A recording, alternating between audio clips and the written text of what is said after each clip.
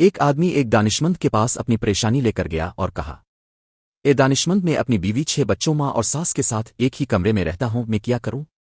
دانشمند نے کہا، جاؤ اور ایک گدھا خرید کر اسے اپنے ساتھ کمرے میں رکھو اور 2 دن بعد آنا۔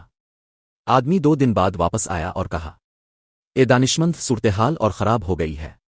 دانشمند نے کہا، جاؤ اور ایک بھیڑ خرید کر اسے اپنے ساتھ کمرے میں رکھو اور 2 دن بعد آنا۔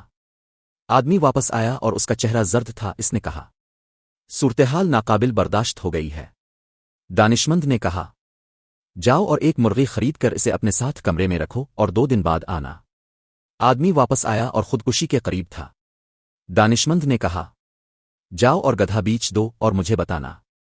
آدمی واپس آیا اور کہا، صورتحال تھوڑی بہتر ہو گئی ہے۔ پھر دانشمند نے کہا، جاؤ اور بھیڑ بیچ دو اور مجھے بتانا۔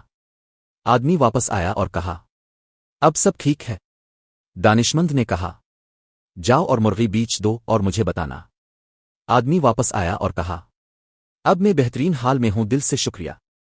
اس طرح دنیا کے سیاسی بحرانوں کو حل کیا جاتا ہے۔ وہ آپ کو نئی مشکلات پیدا کر کے اصل مسئلے کو بھولنے پر مجبور کرتے ہیں تاکہ آپ اپنے مسائل پر اللہ کا شکر ادا کریں اور ان کے احسان مند رہیں۔